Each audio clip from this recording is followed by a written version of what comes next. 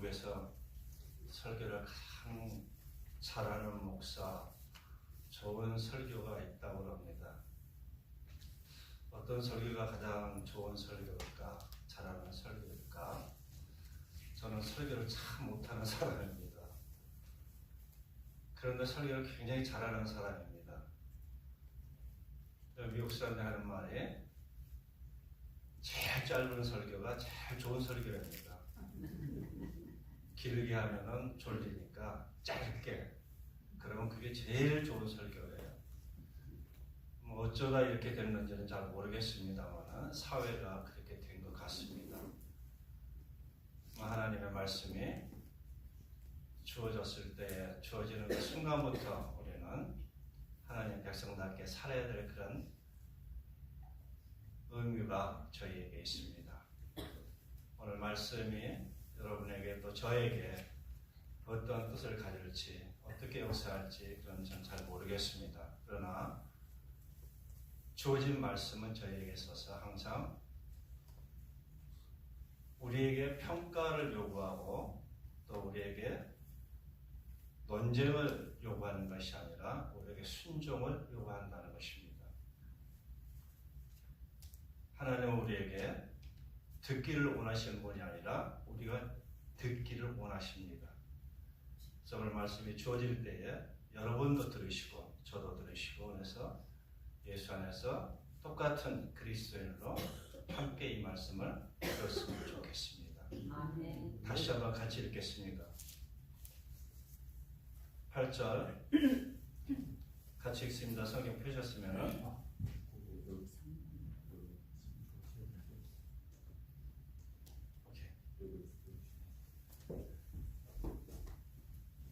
오직 성령이 너희에게 임하시면 너희가 능력을 받고 예루살렘과 온 유대와 사마리아와 땅끝까지 이르러 내 증인이 되리라 하시니라. 아멘. 증인이 되라고 했으니까 증인이 되긴 돼야 되겠습니다. 어떤 증인이 될까요? 어떻게 해야 증인이 될 수 있을까요? 저희들이 많이 생각을 해야 됩니다. 20세기에 가장 안타까운 사연 중에 하나가 있다면은 독일의 제3제국, 그러니까 히틀러 치하가 되겠습니다.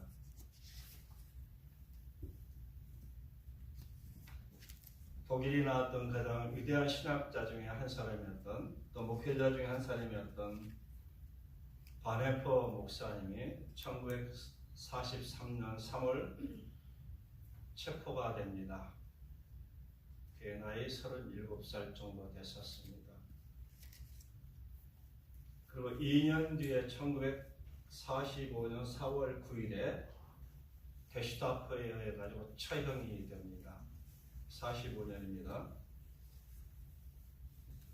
4월 9일날 처형이 되는 4월 30일날 히틀러가 자살을 합니다. 그리고 5월 4일날 베를린이 함락돼서 전쟁이 끝이 납니다. 약 1개월 차이. 한 달만 더 살았으면 그분은 살 수가 있었습니다. 근데 그 한 달을 넘기지 못하고 처형이 됐습니다. 독일의 제3제국에 우리가 알고 있는 것처럼 600만 유태인을 학살할 때에 독일 루테란 교회가 전체적으로 히틀러를 서포트하면서 우리 아리안 민족의 구세주다 이렇게 표현을 하고 유태인 학살을 도왔습니다. 그때에 몇몇 되지 않는 목사들이 이거는 죄악이다. 하나님 앞에 죄악이다. 그래서 반기를 들었습니다. 절대 해서는 안 된다. 그러면서 루테란 교회에서 떨어져 나가서 컴패션 처치라는 독일 고백교회를 설립을 하게 됩니다. 그리고 그 교회 관련을 하면서 그 교회가 하나의 계획을 세우는데 히틀러 암살 계획을 세우는데 이 목사님이 거기에 가담이 됐다가 걸렸습니다. 물론 목회자가 살인사건에 가담이 됐다는 것 그 자체는 문제가 될 수 있습니다. 그러나 그분은 이렇게 얘기했습니다. 히틀러를 죽여서라도 이 죄악을 멈출 수 있다면 나는 하나님 앞에 실행을 하겠다.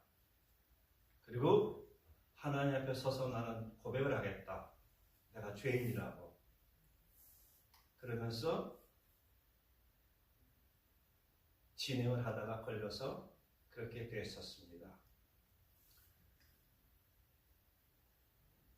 그분이 설교 속에 이런 얘기를 했었습니다. 내가 만약에 저 복잡한 길을 가다가 그 길에서 많은 사람들이 있을 때 예수를 만난다면은 둘 중에 하나는 죽어야 한다. 예수가 죽을 것인가? 내가 죽을 것인가? 내가 죽으면은 예수가 살고 예수가 죽으면은 내가 산다. 어떻게 해야 될 것인가? 이렇게 질문을 했습니다. 오늘날 이 시대에 우리가 여러분이 밖에 나가서 복잡한 길을 가다가 사람들이 굉장히 많은 길을 가다가 거기서 예수를 만난다면 누가 죽어야 되는가 하는 것입니다. 그분의 고백처럼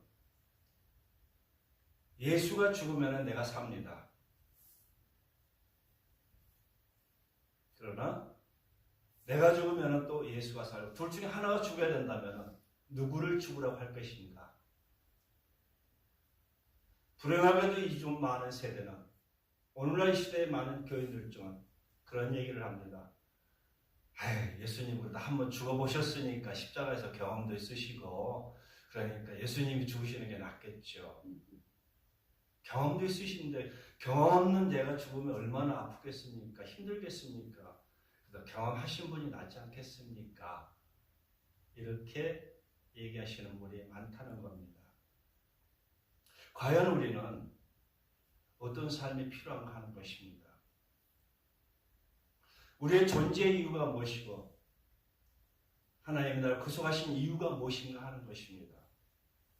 나는 어떻게 살고 있으며 나는 어떻게 그 길을 가고 있으며 나는 어떤 존재인가 하나님 앞에 하는 것입니다.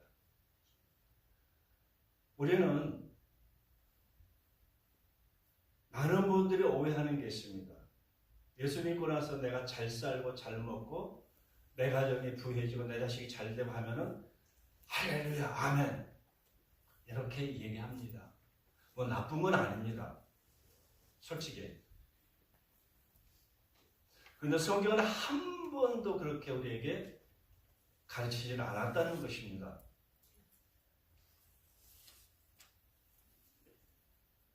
네가 잘 되고 네가 잘 먹고 목사가 잘 돼서 뭐 할 겁니까? 목사가 유명해져서 뭐 할 겁니까? 목사가 돈 벌어서 뭐 할 겁니까? 목사가 명예세상에 얻어서 뭐 할 겁니까? 그 주 앞에 섰는데 주님이 너 누구냐? 난 너 모르겠는데 이러실 수 있다는 겁니다. 성경에 기록이 되어 있죠? 주여 주여 하는 자마다 하늘에 가지 않는다는 겁니다. 오늘날 이 시대에 우리는 정말 하나님 앞에 어떤 삶을 살고 있는가? 여러분 제자들도 똑같았습니다. 제가 8절을 읽었지만 6절을 보시면은 그들이 모였을 때 예수께 여쭈어 이르되 주께서 이스라엘 나라를 회복하심이 언제입니까? 쓸데없는데 신경 꽉 쓰고 있는 거죠. 쓸데없는데 저희들도 그러지 않습니까? 쓸데없는 일에 열심히 해요. 진짜 열심히 해요.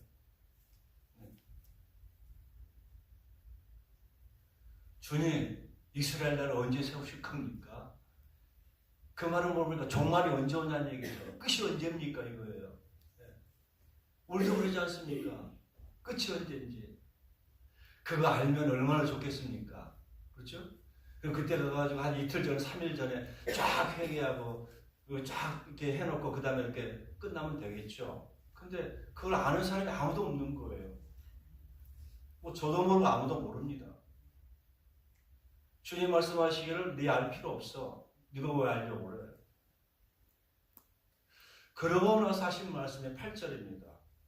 우리 성경에는 번역을 할 때 그냥 오직 성령이 너에게 임하면 이렇게 번역을 해놨는데 원문이나 영어를 보시면 거기에 전치사 하나가 들어가 있어요. but, 그러나 너희가 그렇게 물었지만은 그러나 너희가 해야 될 일, 그거 묻지 말라는 겁니다. 그거 묻지 말고 네가 해야 될 일이 있다는 거예요.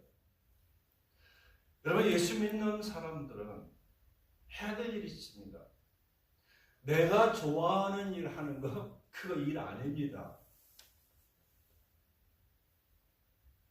내가 좋아서 일하는 것은 그거 내 일이지 하나님 일 아닙니다. 근데 많은 분들이 어떻게 생각합니까? 내가 좋아서 일하면 그건 하나님도 좋아하실 거야 라고 이렇게 생각을 합니다. 되게 큰 착각해요. 아니에요. 하나님이 원하시는 일이 나의 일이 돼야 되는 겁니다. 그분이 뭘 원하시는가? 우리는 그것을 찾는 사람들이에요. 그래서 로마서 12장 2절 뭐라고 하니까 하나님의 온전한 뜻이 무엇인지 너희는 분별하라. 온전한 뜻이 있는 하나님의 뜻이 있는 내 일 속에, 내 교회에, 내 가정 속에 하나님의 뜻이 없으면 내가 어떤 일을 해도 아무 소용없는 일입니다. 아무 소용없어요. 그런데 너희들이 해야 될 일이 있어. 내가 성령을 받으면은 내가 권능을 받고 그랬어요. 우리 다 성령 받았지 않았습니까? 그렇죠? 언제? 예수 믿을 때. 너가 성령의 인치심을, 에베소 1장 보면 우리가 너가 예수를 믿어 성령의 인치심을 입었다고 그래. 성령 받았어요.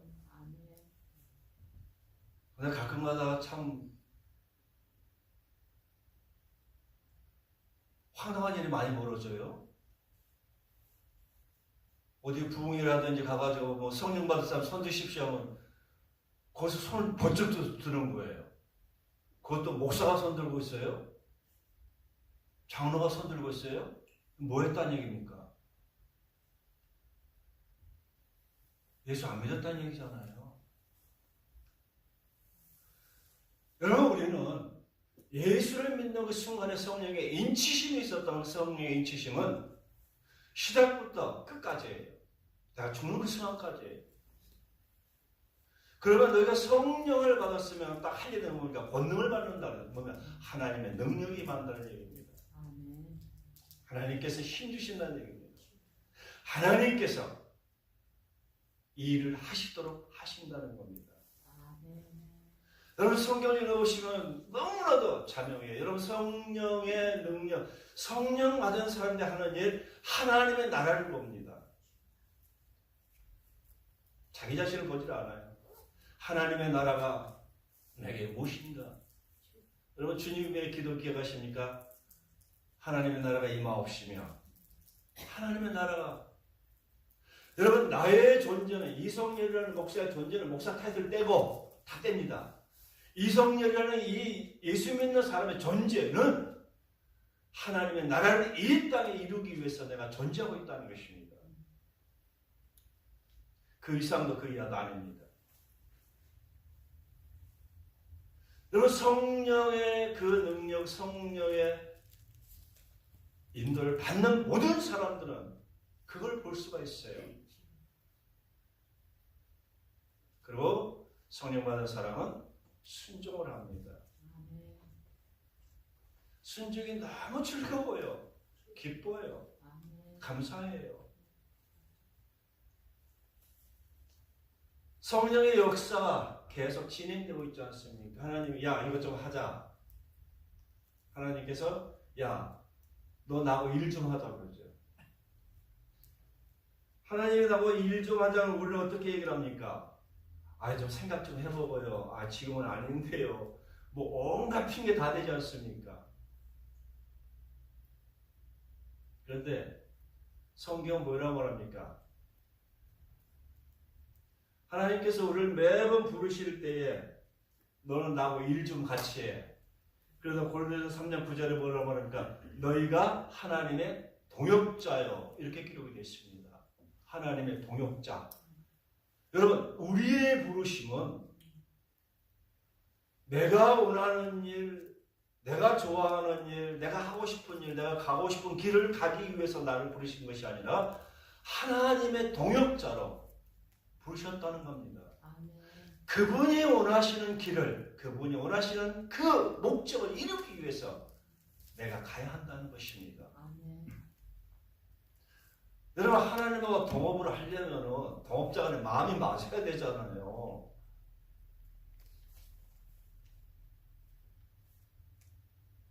동업하다 깨지는 이유가 뭡니까? 마음 안 맞으면 깨지는 거예요. 신앙생활에서 우리가 동업이 깨질 때가 있어요. 언제입니까? 마음 안 맞으면 깨져요. 누구하고? 하나님하고요. 그런데 여러분, 하나님은 그 자리에 그대로 계시거든요. 누가 등 돌립니까? 제가 등 돌리는 거예요. 제가 등 돌리는 거예요. 여러분, 하나님이 등 돌리는 거 아닙니다. 제가 등 돌리는 거예요. 그분은 그 자리에 그대로 계시는데, 내가 등을 돌리고 내가 떠나고 내가 춤을 놔버리는 거예요. 그래서 주님 말씀하십니다. 야, 우리 같이 일 좀 하자. 같이 동역 좀 하자.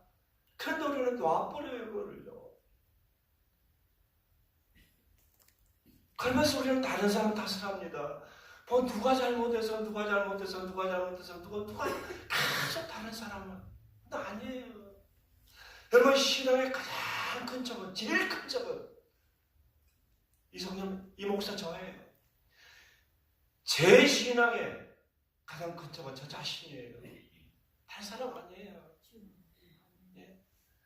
내가 너를 불렀을 때, 내가 너를 선택했을 때, 너는 나하고 동역을 해야 되는데 왜 네가 이렇게 쓰러져 있어? 왜 네가 시험에 들어있어? 왜 네가?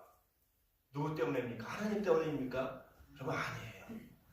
제가 부족해서, 제가 미련해서, 제가 하나님의 기회를 못 봐서 제가 그러는 겁니다. 제가 그러는 거예요. 이 시대에 수없이 많은 교회에서 그런 일이 벌어지고 있어요. 그래서 주님 말씀하십니다. 성령이 너에게 임하시면은 내가 내 동역자가 되어야 된다는 거예요. 동역자가. 그래서 십자가에 죽으시고 부활해서 나를 구속하셨던 그 예수의 영광을 위해서, 그걸 위해서 이 땅에 살아야 된다는 겁니다. 너 하나를 위해서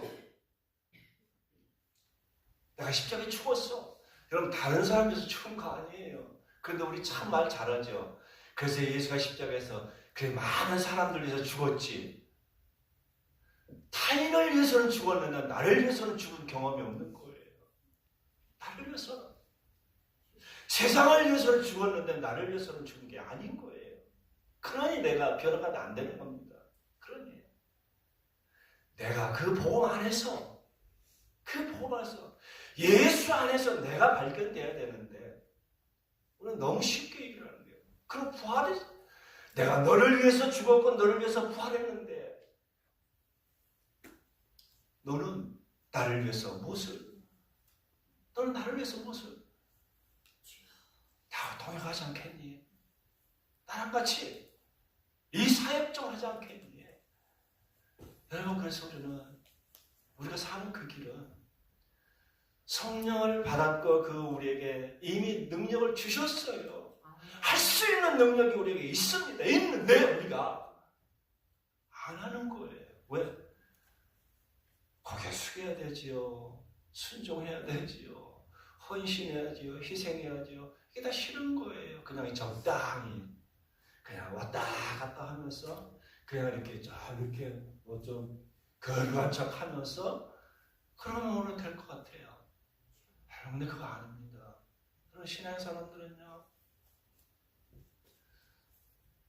시작에서 끝까지 죽음에서 죽음으로, 순종에서 순종으로, 헌신에서 헌신으로. 여러분, 그때에 무엇이 드러납니까? 하나님의 영광이 드러납니다. 내가 너를 선택했다. 내가 너에게 힘을 줬다. 여러분, 우리가 세상에요, 하나님의 일을 할 때 인간의 힘으로 못합니다. 할 수 없습니다. 그분이 힘 주셔야 돼요. 제가 예를 하나 들어볼까요? 여러분들이 잘 아시는 사람이에요. 모세를 한번 보십시오.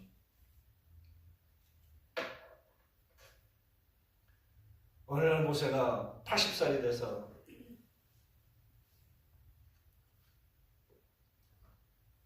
양똥을 열심히 치고 있습니다. 하나님 부르세요. 야, 너 이리 와. 부르셨어요? 그래, 불렀어. 너 이집트로 돌아가서 내 백성 데리고 나와라. 내 백성 데리고 나와라. 모세가 뭐라고 말합니까? 저 못해요? 저 안 할래요? 안 한대요. 못한다고 이거요. 가 데리고 와. 다른 사람 보내서 저 아니에요. 저는 안 하는데요. 데리고 와서 저 안 해요. 너 죽을래? 그때서 뭡니까? 갈게요. 그걸 갑니다. 여러분, 그런데 그 출애굽의 과정 속에 보시면은 정말 하나님의 역사가 250만 명을 이끌고 출애굽을 할 때에 모세가 군데군데 가는데 산더미처럼 양식 쌓아놓고 갔던 거 여러분 아니라는 것입니다. 없어요. 하나님이 돕지 않으면 그 민족은 다 죽는 거예요. 하나님이 돕지 않으면 이 민족은 한 발짝도 갈 수 없는 거예요. 그런데 모세가 출발합니다. 누구를 믿습니까? 하나님을 믿습니다. 나 모세는 능력이 없지만, 나는 힘이 없지만 천지를 지으신 아브라함과 이삭과 야곱 하나님, 나 모세 하나님의 힘이 있다는 거예요. 그럼 갑니다. 출애굽했습니다. 이게 하나님의 능력입니다.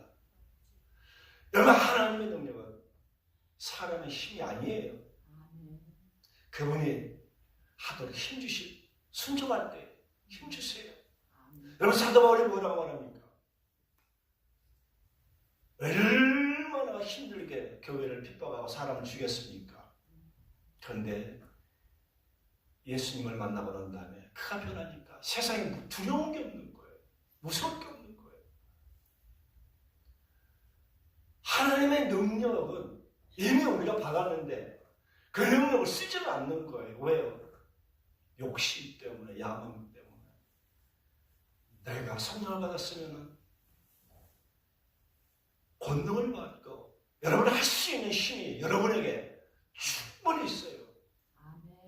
여러분 개인이 하려면 못하지만 그러나 예수 안에서 내가 일을 할 수 있다고 생각하면 이루실 줄 믿습니다.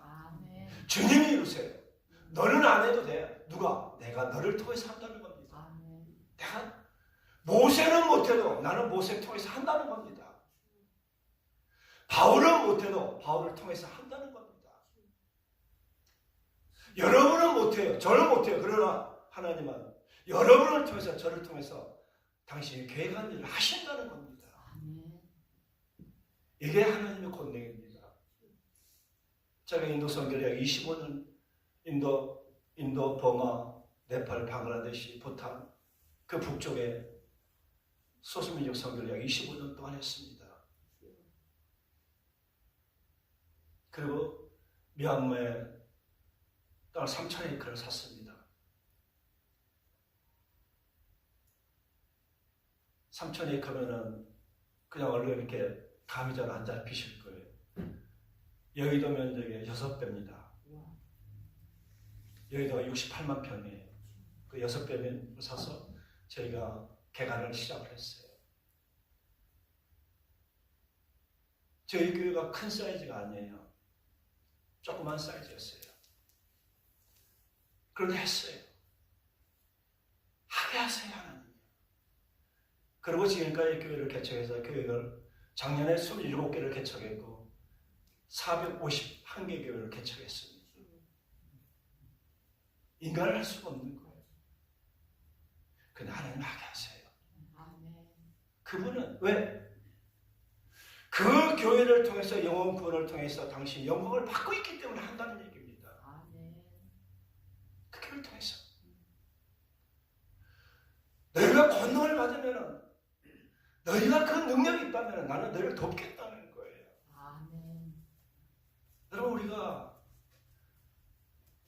신앙생활을 하면서 많은 분들이 그렇게 생각을 해요. 꼭 뭐가 있어야만 한다고 생각을 해요.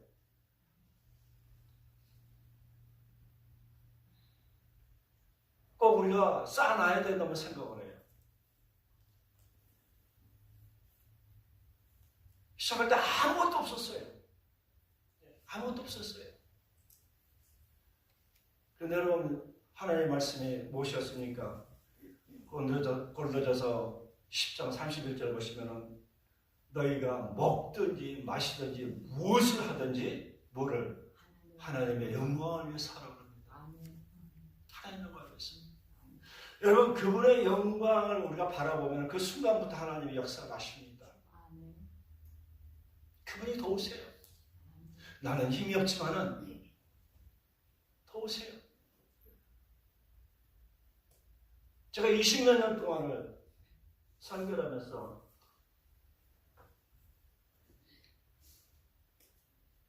지나간 얘기입니다. 하나님께서 정말 역사하시는 것이 너무나 감사해서 제가 교회 예산의 35%에서 37%를 선교부로 내보냈습니다. 그렇게 내보내고 나니까는 그 다음에 문제가 생겼어요.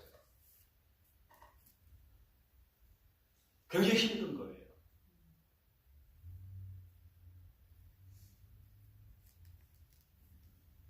그런데 교회를 개척해 놓으면 그 교회가 너무 약하다 보니까는 자립이 안 되는 거예요. 이 미국에서는 우리가 뭐 20, 30명만 모여도 교회가 자립이 되지 않습니까? 근데 거기는 400명이 모여도 자립이 안 돼요. 400명이 모였는데. 왜 그러냐면은 애를 많이 낳아요. 애들이 한 가정에 보통 5명, 6명 이렇게 됩니다. 결혼 정년기가 14살에서 16살, 17살 그 사이에요. 그러니까 17살 때 시집을 가놓으면 한 30살 되면 한 2년마다 하나씩 나가지고 애가 6명 이렇게 돼요. 그러다 보니까 교회를 개척하려고 이렇게 해놓고 보면 애들만 다 60, 70명씩 되는 거예요. 애들이. 그 어른이 50가정이 모여도 100명이지 않습니까? 그런데 그 정글 속에서 뭐 나오는 게 없잖아요. 설교하고 나면은 호박 2개 들고 들어오고요. 감자 이만큼 갖고 오고요. 쌀 이만큼 들고 들어오고요. 또 어디 호박 넝쿨 있잖아요. 우리 먹는 거. 이게 순 끊어가지고 이게 묶어가지고 한 2개 가져오고요. 나 어떻게 보니까 우리 야채 시장 같아요. 예배 끝났는데. 그리고 아주 잘 나오면 계란 2개가 올라와요. 계란 2개가 올라오는 것은 설교하는 목사가 또 먹어야 돼요. 또 그 자리에서. 그 상황인 거예요. 그 현금이 나오는 거 얼마나 나오냐면 2불에서 3불 나와요. 그거 어떻게 운영을 해요? 할 수 없지 않습니까? 그러니까 우리가 지원을 해야만 되는 거예요, 사역자는. 그러다 보니까 이제 이렇게 지출하다 보니까 문제가 생긴 거예요. 제 경험입니다. 제 경험인데요. 참, 교회에 있으면서 회개를 참 미워한 적이 있어요. 정말 얄미울 때가 있었어요. 얼마나 얄밉냐면요. 줘 받고 싶더라고요. 없으니까 얘기지만. 한 번은 왔어요, 저한테. 목사님, 왜? 선택하세요, 그래요. 뭘 선택해요? 목사님, 성교비 보내면 목사님 생활비 못 드려요. 그러니까 성교비를 먼저 보낼 건지, 목사님 생활비를 먼저 할 건지, 둘 중에 하나 선택하세요. 그 목사님 생활비 드리면은 성교비를 못 보내고, 성교비 보내고 나면은, 둘 중에 하나 선택하라는 게 나보고 하라는 거예요.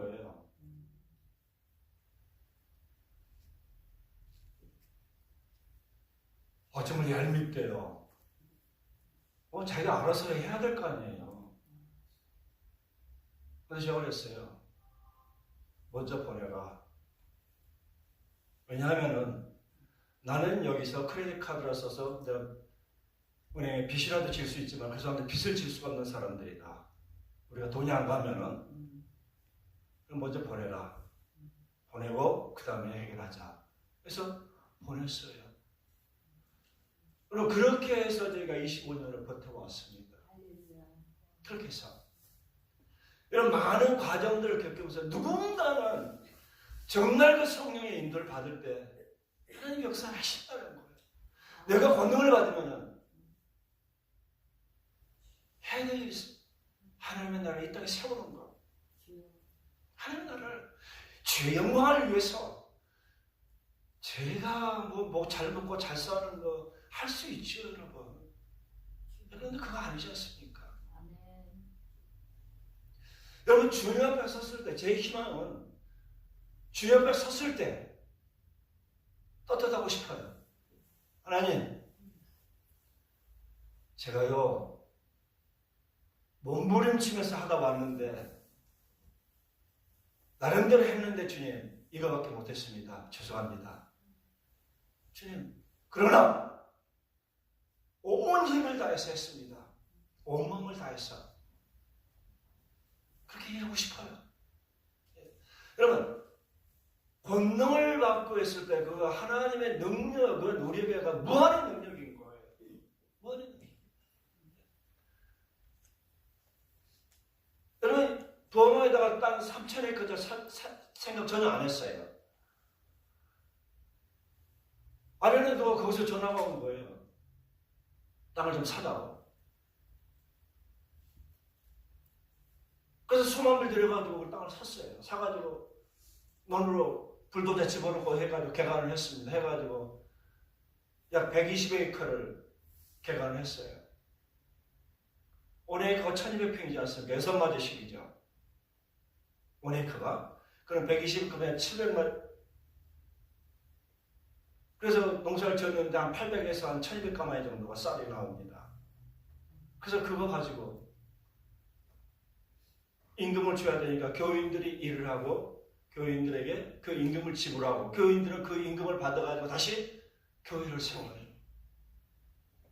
자기들이 협동해서 일을 하고 받은 걸로 교회를 계속 세웁니다. 여러분, 너 저 그렇게 하라고 시킨 거 아니에요. 그래서 자기들이 그렇게 해요. 자기들이. 여러분, 누가 그 범위가 40도예요. 41도, 42도예요.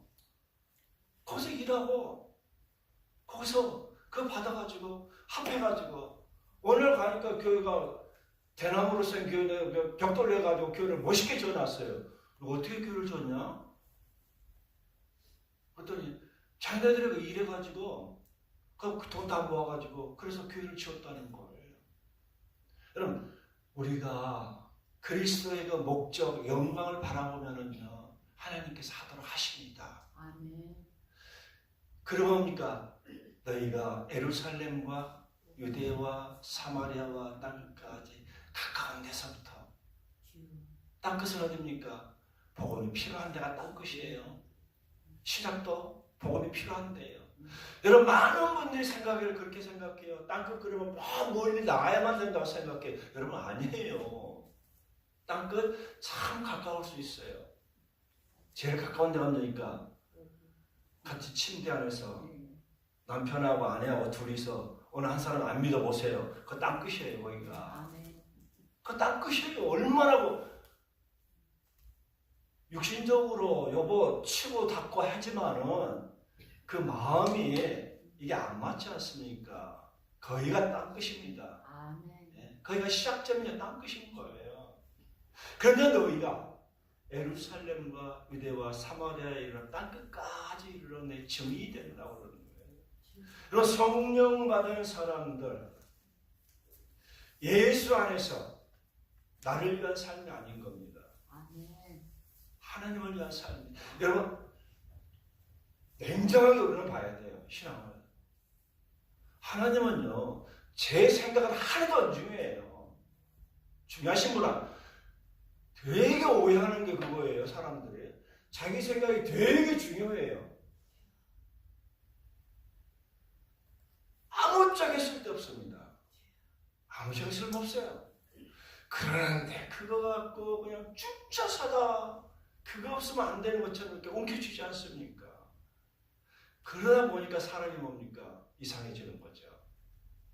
하나님은 아무 필요 없어요. 우리 것이요. 우리가 하나님의 것을 필요로 하는 겁니다. 아멘. 우리가 그분의 사랑이 필요하고 그분의 은혜가 필요하고 우리가 그분의 능력이 필요하고 우리가 그분이 주시는 그 길이 필요한 거지. 아멘. 하나님이 우리 길이 필요한 게 아니에요. 아멘. 교회도 마찬가지입니다. 그럼 교회 건물 300억, 400억, 1000억, 3000억 들여서 교회 지어놓으면 하나님이 좋아하실까요? 좋아하실 수 있겠죠. 그런데 여러분 좋은 교회는 어떤 교회입니까? 우리 교회 삐까뻔쩍합니다. 그럴 수 있어요. 예, 좋은 교회? 여러분 건물이 교회 아닙니다. 건물은 예배를 보는 예배 당일 뿐이에요. 처소일 뿐이에요. 빌딩이 교회가 여러분 아니라는 얘기입니다. 교회는 여러분 개인이 교회입니다. 여러분 한 사람 한 사람이 그 교회로서 교회가 갖는 그 펑션이 있지 않습니까? 교회가 무엇을 가슴에 담고 있느냐에 따라 가지고 그 교회가 좋은 교회인가 아닌가가 결정이 되는 것이지 건물이 좋다고 교회가 결정되는 거 아니라는 것입니다. 만약에 건물이 그렇게 좋았다면 솔로몬의 성전은 무너지지 않아야 됩니다. 그런데 무너졌어요. 여러분 예수님 말씀하시죠? 돌 위에 돌 하나 남지 않고 무너질 것이다. 왜? 건물은 있는데 그 안에 들어있는 교인들이 하나님이 없는 예배를 드렸다는 얘기입니다. 하나님이 원하는 예배를 드리는 정말 그래서 내가 원하는 예배가 아니라 하나님이 원하는 예배. 많은 분들이 오해하는 게 그거예요. 예배 드리고 나서 기분 좋으면은 할렐루야 아멘 우리 은혜 받았어. 그런데 한 이틀 있다 보면 똑같아. 뒤집어져가지고 이상한 짓 또 하거든요. 여러분 아니에요. 여러분 예배의 중심은 사람 아닙니다. 하나님이세요. 그분이 예배를 어떻게 받으시는가가 중요한 것이지 내가 어떻게 예배를 드렸는가는 여러분 중요한 게 아니에요. 그분이 내 예배를 받으시는가? 정말 나를 합당한 예배를 드렸는가? 정말 성령의 그 역사와 능력이 있는 사람들은 합당한 예배를 드려 하나님이 기뻐하시는 예배. 그분이 내 예배를 받으시고 기뻐해야 돼. 그게 우리 힘이고 능력인 거예요. 여러분 느헤미야가 뭐라고 말합니까? 이스라엘 백성에게 백성이 막 울어해 오니까 야 울지 마라. 하나님을 기뻐해라. 이것이 너의 힘이라고 그래요. 하나님을 기뻐해라.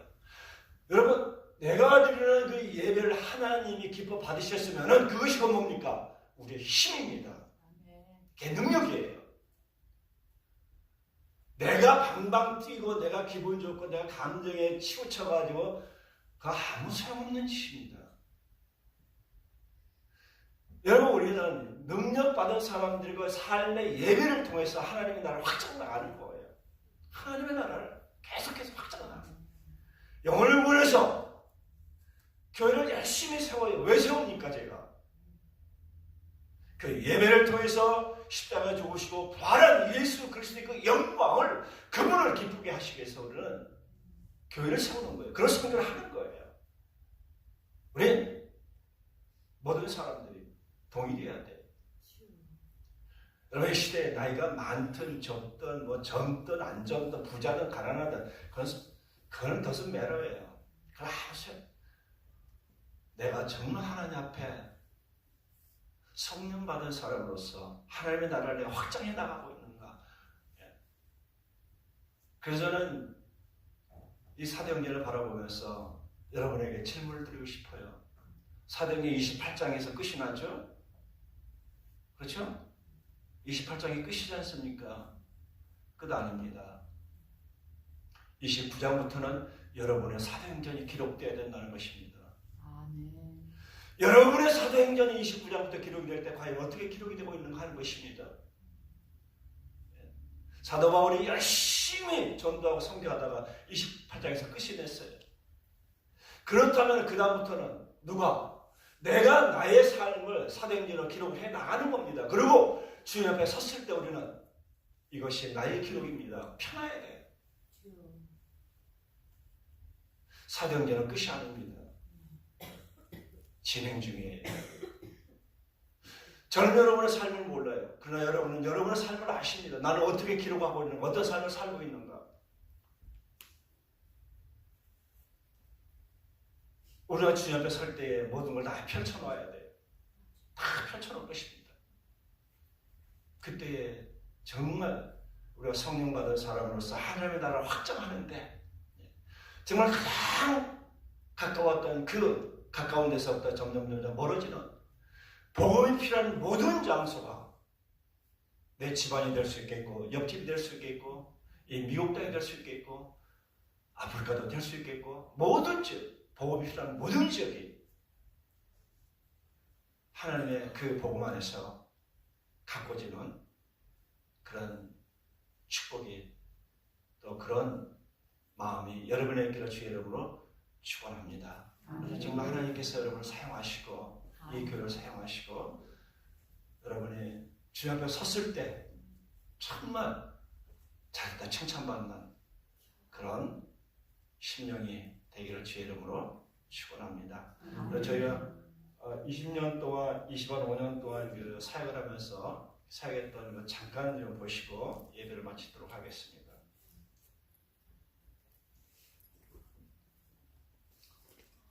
제 자가량입니다. 가면은 제가 저거 타고 다녀요. 많이 보셨죠? 한국에서? 예.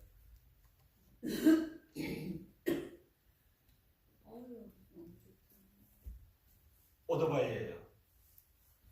정글 속에 내가지고 차가 이게 들어가기가 힘이 들어요. 그래서 제가 이거는 지금 밥하고 있는 드럼통에다 사람이 좀 많아가지고 드럼통에 밥하고 있는 장면입니다. 제 식사입니다. 저 계란은 설교를 하니까 2개 올라온 거예요. 그래서 저한테 갖다 준 거예요. 접시 없습니다. 그냥 바나나 잎사귀 끊어가지고 저렇게 줘요.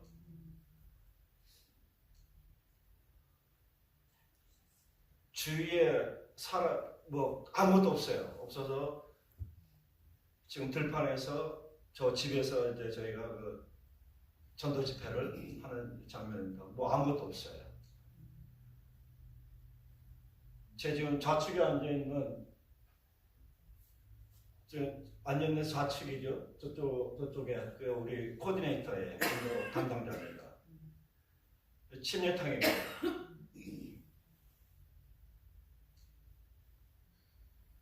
지금 이제 선교지로 가고 있는 그런 장면이고요.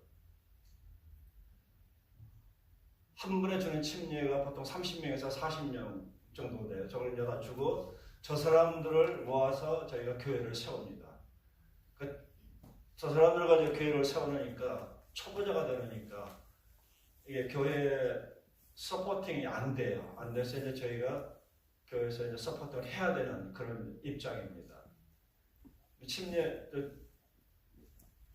꼴짝이의 침례탕입니다. 성찬식이고요.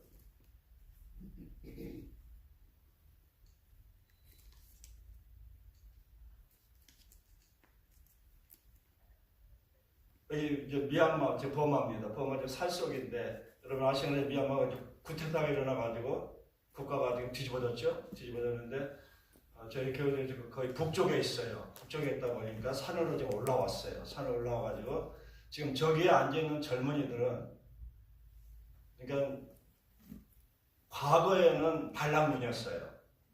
반란군이었는데 그 쫓겨난 정부 강요들이 장관들이 북쪽으로 올라와가지고 저 사람들한테 손을 내밀었어요. 우리 좀 도와다오.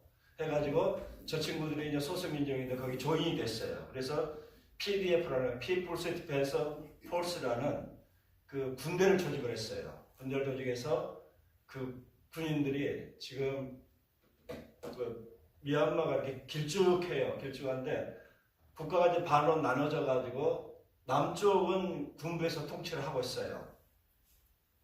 그런데 북쪽은 군부의 힘이 지금 미약해가지고, 그러니까 저쪽에서 보면 반란군이고, 군에서 보면 반란군이고, 이쪽에서 보니까 국민정부고, 국민정부가 지금 컨트롤하고 있는 그런 상황입니다. 반란군, 저쪽에서는 반란군인 거예요. 근데 지금 그 산속에 들어와 있는, 그래서 70년대, 67년대, 60년대 올람에서 베트공들이 썼던 그 전술을 그대로 쓰고 있어요. 낮에는 일해요. 낮에는 일하고 밤에는 내려가서 전투를 해요. 그래서 지금 베트공 전술을 그대로 도입을 해가지고 그대로 쓰고 있습니다. 그래서 그 쫓겨난 강요들이 북쪽에 올라와가지고 정부를 구성을 해서 지금 그 정부가 지금 이게 러닝이 되고 있어요. 지금 그 젊은 청년들이에요.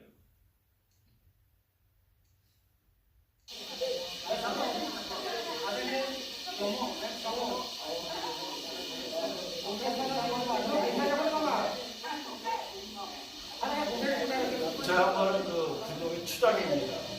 그래서 추장을 심지어 추장을 믿게 놓은 것 동네가 다녀야 돼요. 그래서 제일 제가 중점적으로 두는 게 추장을 전도하는 거예요. 그러면은 추장의 권력이 완전히 그냥 왕처럼 되어 있기 때문에 그 동네가 뭐 50가구가 됐든 100가구가 됐든 다 따라와서 믿어야 돼요. 그래서 저희가 굉장히 힘을 들여서 전도합니다.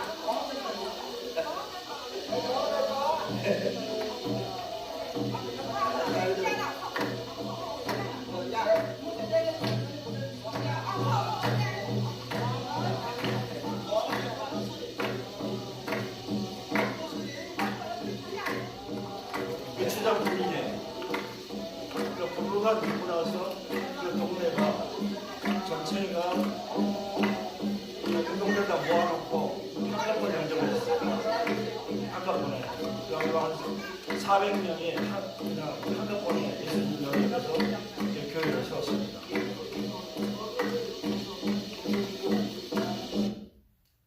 여기가 지금 제가 땅을 산 데입니다. 그래서 저희가 이제 개간을 했어요. 옛날, 그러니까 개간하기 전에 저기 숲이 우거져가지고 있었는데 제가 다 쳐내고 불도저 집어넣어가지고 땅을 골랐어요. 고르고. 저쪽에 좀 아직 개간하지 못하는데 계속 가야 돼요. 가서 지금 계속 개간을 해야 되는 그런 입장입니다. 그래서 저희가 지금 기도를 하고 있는데 하나님께서 어떻게 하실지 모르겠습니다.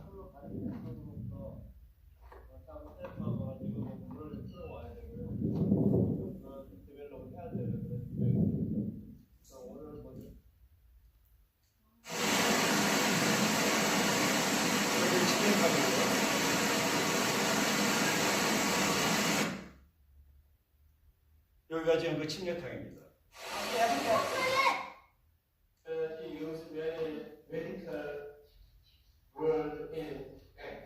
Meeting 제가 동역관입니다. 왜냐하면 소수민족이 하도 많다 보니까 어느 거 자기들끼리 안 통해서 제가 부족마다 이제 통역관을 따로따로 이제 고용을 해가지고 저희들이 이제 같이 이제 사역을 진행을 하고 있습니다. 저 친구는 이제 저희 학교에서 이제 졸업을 하고 들어가 있는 그런 친구예요.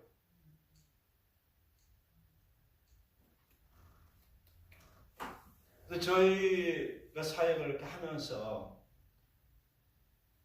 부탄이 됐던 방글라데시가 됐던 또 인도가 됐던 네팔이 됐던 어떤 지역이든지 인간의 힘으로는 불가능하다는 겁니다.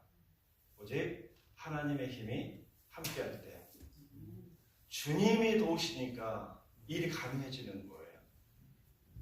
그래서 정말 우리의 존재의 이유는, 우리가 사는 이유는 내가 잘 살고 잘 먹고 내 자식이 잘 되는 것도 좋지만은 더 좋은 것은 십자가에 죽으시고 부활한 그 예수의 그 교회를 이 땅에 세우는 것. 여러분들이 꼭 기억하시고, 여러분들 꼭 기억해 주시고 기도해 주시고 그러기를 부탁을 드립니다.